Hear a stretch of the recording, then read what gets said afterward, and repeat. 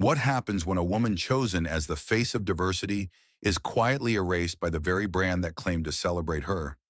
You won't believe how Jessica Harris's fight for respect ignited a movement that no corporate apology could silence. Jessica Harris always knew life had a way of throwing curveballs, and fairness was rarely one of them. That day, she stood center stage in the bright, buzzing studio, spotlights glinting overhead, cameras rolling, faces lined with polite smiles that didn't quite reach their eyes. She wasn't just there for show. Jessica had been chosen as the face of diversity for a major cosmetics brand's new ad campaign. A company finally ready to shout from the rooftops, "We support inclusion." It felt like her moment, a real chance for her story, her beauty, her strength to be seen, valued, and held up as a beacon for change. In her hands, she clutched a bouquet of flowers, a symbolic nod to approval, and a first step toward her dream. Her smile was genuine and warm, shining through the lens as if she was whispering to the world, "I belong here. I deserve this." This wasn't just another glossy photo shoot. It was an act of acknowledgement. Jessica, a black woman from a tough neighborhood, raised by a grandmother who drilled it into her, "You're a queen, even if the world tries to convince you otherwise." Now, bathed in the studio's harsh light, she embodied that truth. But behind the scenes, while Jessica basked in her luminous moment, a different story was being written behind closed doors. The cold chatter of managers and executives filled the air. Folks who, despite their corporate speeches on diversity, weren't quite ready for a real, raw face of change. In sleek conference rooms with mirrored walls, words floated like execution orders. "She's too prominent. The audience might not get it. We need someone more neutral." In a world where diversity had morphed into a fashionable accessory, Jessica was simply too alive, too real, too inconvenient. After the shoot, Jessica stepped outside, inhaled the crisp spring air, and felt like she was on top of the world.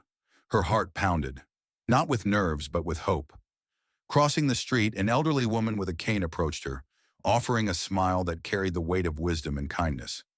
"Child, you look like you could move mountains. Don't let anyone tell you otherwise." A small gesture, but a powerful reminder that her kindness and authenticity hadn't gone unnoticed. But before she could savor that moment, a shadow fell over her bright day. Across the street in a nearby cafe, several ad agency managers sat whispering just loud enough. "I think tomorrow we'll need to reconsider the lineup. That face, it doesn't quite fit the picture," one woman said, barely hiding her irritation. "Yeah, too much character, too much story. We want an image, not a life," a man replied, his smile cold and sharp. A chill ran down Jessica's spine. A thought flickered through her mind like a cold wind. "So this is how it works? You're the star of the day, as long as it's convenient. Then, just trash." In that moment, she realized kindness and authenticity aren't always your shields in this world. Sometimes they make you the easiest target for those scared of truth. Inside the agency, cracks began to show. The same colleagues who had yesterday whispered encouragement now avoided her gaze. The locker room, once alive with jokes and stories of family, was swallowed by an awkward silence. Conversations were hushed, eyes darted away, and behind closed doors, whispers carried a grim verdict. "Have you heard what's happening to Jessica? Looks like she's already out." Jessica felt the sting of that cold rejection, unable to believe she was caught in a game where she was valued not for who she was, but for the pretty package she wrapped herself in. She returned to her modest apartment on the city's edge, the walls heavy with memories of her grandmother's battles for justice and dignity. Placing a steaming cup of strong coffee on the table, she sat by the window watching evening bleed into night. Her mind raced. Why me? Why now? Haven't I done enough just by waking up every day, working hard, asking for nothing more than a fair shot? Yet beneath the swirl of doubt and hurt, a quiet, unwavering strength began to rise. She remembered her grandmother's words. "Child, sometimes the world will try to knock you down, but that's when you got to stand up and show who's queen." And right then, Jessica decided, no matter what, she wouldn't let herself be broken. Meanwhile, the political machinations at the agency were in full swing. A secret task force had been assembled, charged with smoothing the conflict and optimizing the campaign. Day by day, whispers grew louder that Jessica might be cut. At one meeting, the marketing director, his face frozen in an expression that suggested he'd heard every black joke in the book and none made him laugh, stated plainly, "We all love to talk diversity, but sales come first. If this woman's a risk, we find a replacement fast." Jessica, meanwhile, began rallying a small army of support. Colleagues from other departments, elder mentors, community activists. She documented every injustice, every humiliation, every cold shoulder. Her inner voice shouted, "You're not here to blend into the wallpaper. You're a siren for those who want to hide the truth." Her phone blew up with messages from friends and strangers alike, admiring her courage and light. But the burden grew heavier. Every corner seemed to hide betrayal and disappointment waiting to pounce. One morning, arriving at work, Jessica found her photos wiped clean from the company's advertising boards. Her smiling face, once front and center, replaced by a faceless white model who seemed more acceptable. It was a gut punch of bitter helplessness. She confronted one manager, a man who had praised her just a week before. "What's going on?" she asked, keeping her voice steady despite the tight knot in her chest. He looked at her with cold regret. "It's a decision from above. It's business, you know. We can't afford too much truth." "Truth," Jessica replied softly, but with iron in her voice, "is always more expensive than business. And I am part of that truth." Her words fell on deaf ears, just like her face on those posters. That day marked a point of no return. Jessica understood her fight had only just begun. And it wasn't just for a job. It was for the right to be herself in a world that often chooses comfort over justice. What happened next changed everything. You won't want to miss how it all unfolded. If Jessica could sum up that day in one word, it would be wreckage. The kind of wreckage that smacks you in the gut and leaves you wondering if you're still standing or just barely holding on. Her morning didn't start like any other. Her phone, which usually buzzed with support and encouragement, instead lit up with cold, formal messages from the agency, carefully worded invitations to discuss the current situation. A polite phrase that disguised the sharp edge of a noose tightening around her dreams. Walking into the office, Jessica could feel it in the air. Not the warm buzz of coworkers, but the icy stare of predators who already smelled the hunt's end. The smile she had seen yesterday dissolved into thin, clipped nods and barely concealed contempt. In her pocket, she clutched a photo of her grandmother, the woman whose patience and wisdom had been her steady anchor, now a lifeline in this brewing storm. The meeting kicked off with the agency's lead producer delivering his message with the clinical detachment of someone reading a death sentence. "Jessica, we value your contributions highly, but unfortunately, the campaign is undergoing changes. Our leadership believes your presence on the posters might provoke an unfavorable reaction from certain segments of our audience." Jessica nearly laughed aloud, but not from joy, rather from a bitter cocktail of irony and disbelief. Unfavorable reaction? That was their way of saying, "You're too real, too loud, too black for our comfort zone." The very kindness and authenticity they touted as virtues in their marketing slogans were now being labeled a liability. "So what you're saying," she asked evenly, voice steel-coated beneath calm, "is I'm too loud for your valued clients?" "We're simply adapting to the market," a man in a sharp suit said, with a chill so deep it might as well have been frostbite. "This is business, Jessica. There's no room for feelings here." No room for feelings.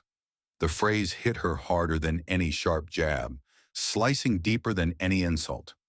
She understood then. This wasn't just losing a job. This was the cold machinery of a system that pays lip service to equality, but drops it like a hot coal the moment it gets inconvenient. Stepping out of the building, Jessica felt the ground shift beneath her feet. Colleagues who had yesterday cheered her on now looked at her like she was a stain on their otherwise polished image. Whispered doubts floated through the corridors. Maybe it's better if she just steps aside. She wasn't naive. This was no personal vendetta. It was a far nastier opponent, an entrenched system where fear and prejudice hide behind glossy corporate smiles. It's so damn American, she muttered under her breath, heading home. Promise peace and equality, then shove you back to the start like you never existed. At her grandmother's house, an old cozy sanctuary filled with the scent of lavender and worn books, Jessica finally let her guard down and released the whirlwind inside. She sank into the cracked leather couch and thought of all the good she'd done for her community. Free dance classes for kids from tough neighborhoods, help for elderly neighbors, volunteering at shelters, and realized it wasn't enough to stop the cold, corporate gears grinding her down. Her inner voice, once soft and gentle, now thundered with defiant strength. Yeah, a good heart is great, until you become a problem, until you make folks uncomfortable, until you threaten their perfect little world. Pressure mounted with every passing day. Not only was she wiped off the posters, but erased from internal groups where strategies were planned. The brand's social media feeds became scrubbed clean of her presence, as if she had never existed. Jessica started gathering proof, screenshots of deleted posts, recorded conversations, cryptic emails, and veiled warnings. She knew silence meant death in this fight, and if she didn't defend herself now, nobody else would. HR meetings became meaningless rituals where her questions bounced off sterile walls, met only by legalese wrapped in vagueness and excuses. It's corporate policy, they told her coldly. Decisions come from the board. Jessica knew better. This wasn't policy. It was fear. The fear of a truth too strong and a pride too real. Her chest tightened, but inside a flame burned brighter with each injustice she faced. This is more than just an ad campaign, she thought, staring at pictures of her smiling self, now vanished. This is a battle to be heard, to be seen, to be respected. And then she did what so many fear to do. She told her story. First, she recorded a video. No gloss, no spin, just raw truth.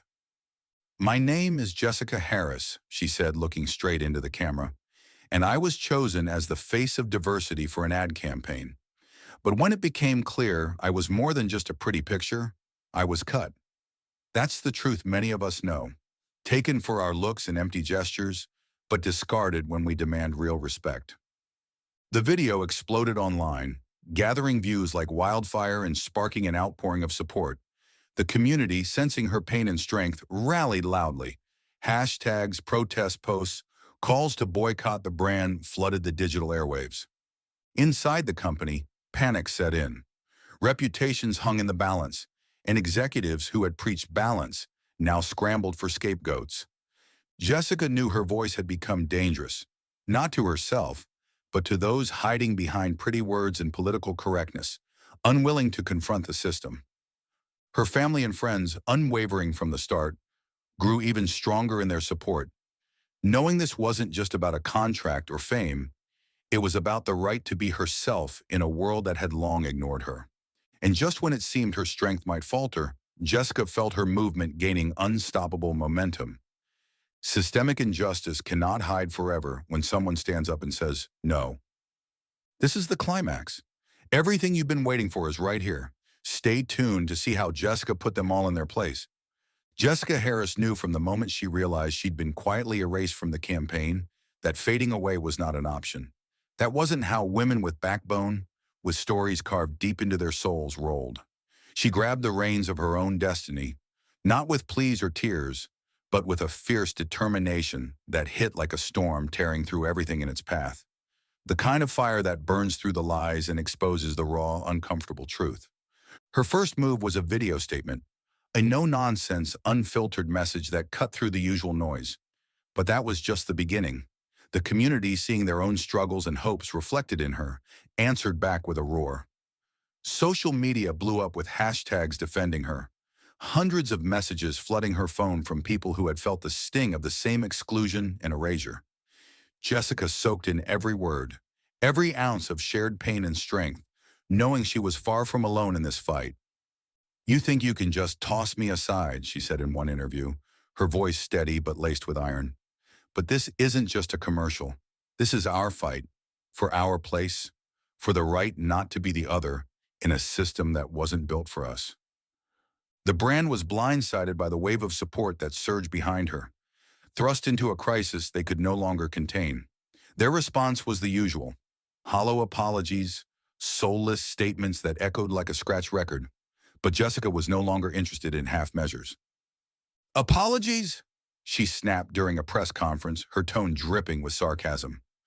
When are you going to start listening instead of just talking?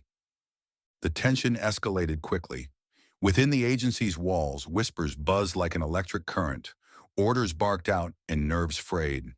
The managers who had once quietly contributed to Jessica's dismissal now trembled at the prospect of consequences they'd ignored for too long.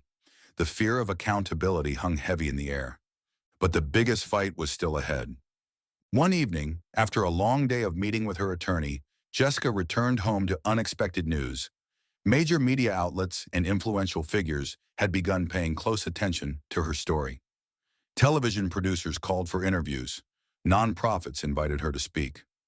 Quiet and unassuming, she now carried a voice louder than ever before. Her internal battle was just as fierce. Every day was a clash, not just with external obstacles, but with the shadows of doubt, isolation, and exhaustion that threatened to pull her under. Sometimes, she confessed in an interview, it feels like the whole world is set against you. But then you remember who you are and why you're here. In those moments, the unshakable support from her family and community became her anchor. Her grandmother, sitting beside her, offered simple but powerful words. No one will stand in your place if you don't stand up yourself. You're our face, our future. Don't back down. Jessica began organizing rallies, bringing together those just as worn down by hypocrisy and systemic injustice. Every step she took, from community actions to legal battles, was fueled by passion and an unyielding hunger for change. Pressure on the brand grew relentlessly. Stocks dipped, clients jumped ship, boycotts swelled. The agency found itself trapped in its own fears and prejudices, unable to escape the consequences of its actions.